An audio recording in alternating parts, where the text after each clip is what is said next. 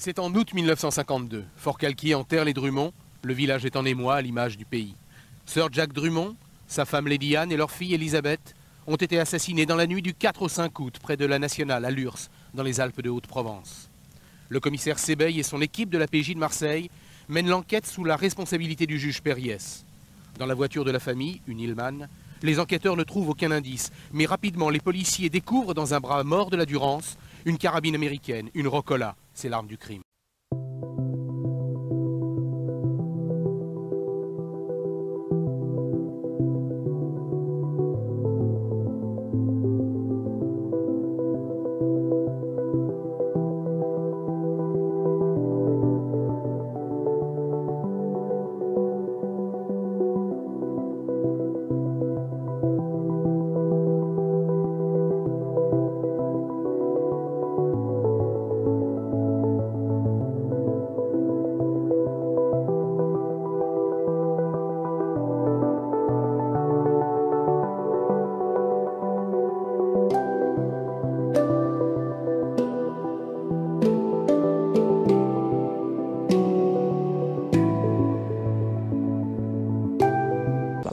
Sebeil arrive le 5 août, il a déjà son assassin. C'est un paysan du coin et en 2 jours, il en a fait. La victime, c'est Gaston Dominici. Lui, il est arrivé, c'était 17 h, hein, les corps étaient partis depuis 2 h, la levée des corps a été faite à 15 h. Je le sais de la part du juge Perriès, je le sais de la part de mon père, je le sais de la part du journaliste Tessier, hein, qui était là, qui ont passé la journée. Sebeil est arrivé après la levée des corps. Il n'a pas vu les corps. Le premier mensonge dans les procès-verbaux, c'est le sien. Sebeil, dans son procès-verbal du 6 août, dit avoir vu les corps. Il ne les a jamais vus en place. Il les a vus à la morgue, ça oui. Parce qu'il est allé voir à la morgue, hein, mais il ne les a pas vus sur les lieux. Le premier mensonge dans le dossier, c'est lui qui le fait. Au milieu de l'après-midi, le commissaire Sebeil de la PJ de Marseille arrive sur les lieux. Une pièce à conviction est très vite découverte dans la Durance. Et j'ai vu les inspecteurs qui étaient dans la mare en train de chercher, il y en avait 2. Ils étaient là en train de chercher, puis tout d'un coup, un s'est relevé. Ça devait être à peu près... Sebeil venait d'arriver. 17 h. Pas tout à fait. Ça devait être 16h30 par là. Il s'est relevé en montrant, il dit « ça y est, j'ai l'arme ». Voilà.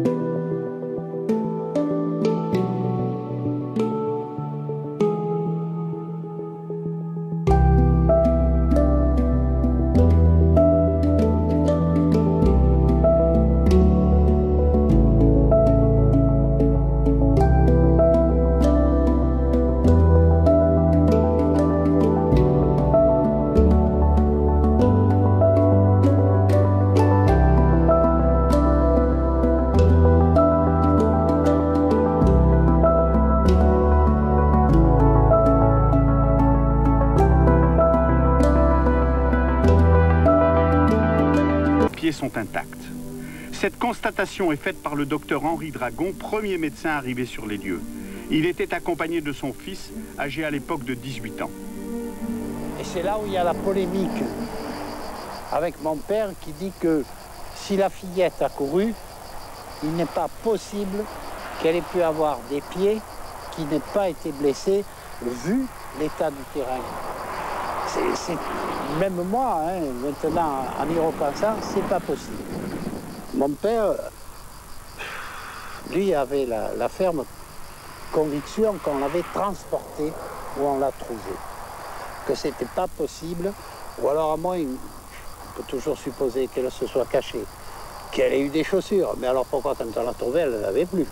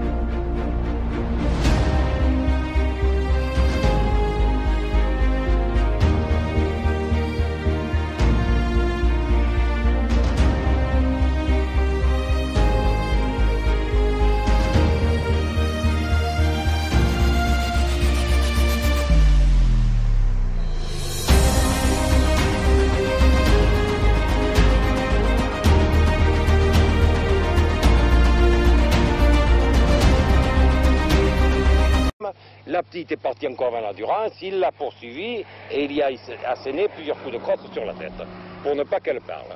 C'est le crime de l'incompréhension. C'est le crime de l'incompréhension. Horrifiée par le spectacle qu'elle a dû avoir, réveillée en sursaut, la petite Elisabeth, les pieds nus, accourut sur ce chemin caillouteux.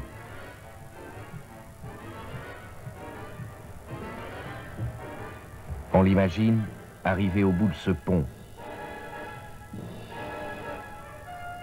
Elle a dû se retourner ainsi une seconde, juste le temps de voir l'assassin qui la poursuit. Alors, au comble de la terreur, elle dévale ce sentier qui descend, trébuche et tombe ici, frappée à mort.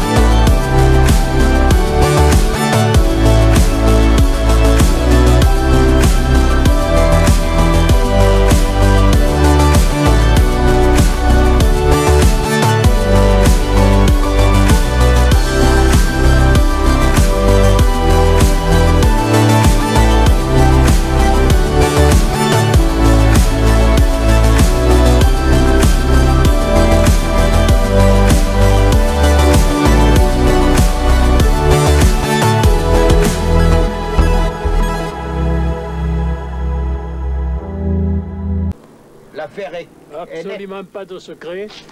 Et après ça, dans la nuit, le père Dominici est sorti parce qu'il avait du souci dans le cas où il aurait fallu payer une amende, etc.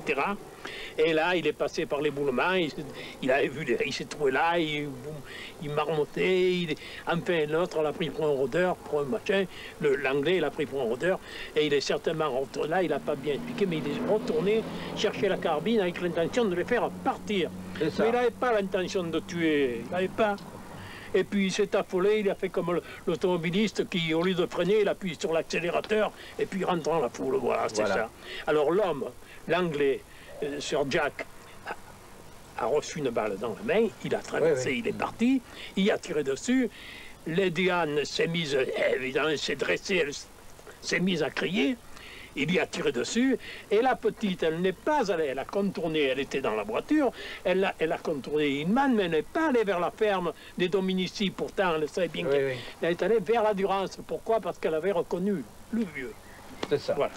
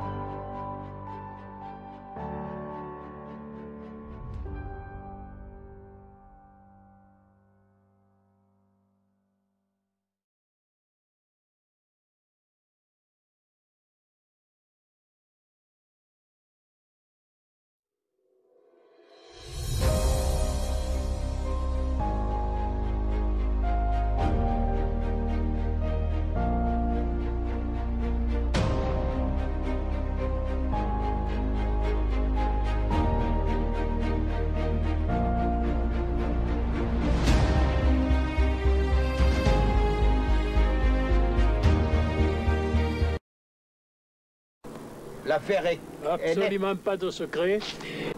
L'affaire est... Absolument pas de secret. Et...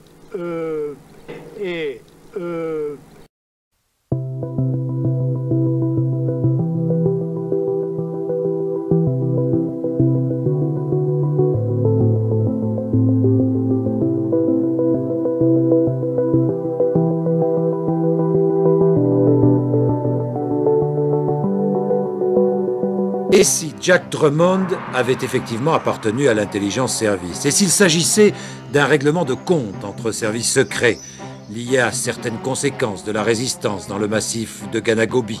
Et s'il s'agissait d'une méprise sur l'identité des victimes? Alain Dominici forge 10 hypothèses, s'attache à quelques-unes. J'ai même envisagé cette hypothèse. L'assassin, à la suite d'une discussion, d'un outrage, aurait pu se méprendre sur ses victimes qu'il aurait pu confondre avec d'autres Anglais. Il aurait fallu qu'une Hillman verte occupée par un homme, une femme et une fillette, dont les signalements auraient correspondu au Drummond, ait été vue dans les parages les jours précédents. Insensé, ajoute le commissaire Sebeil.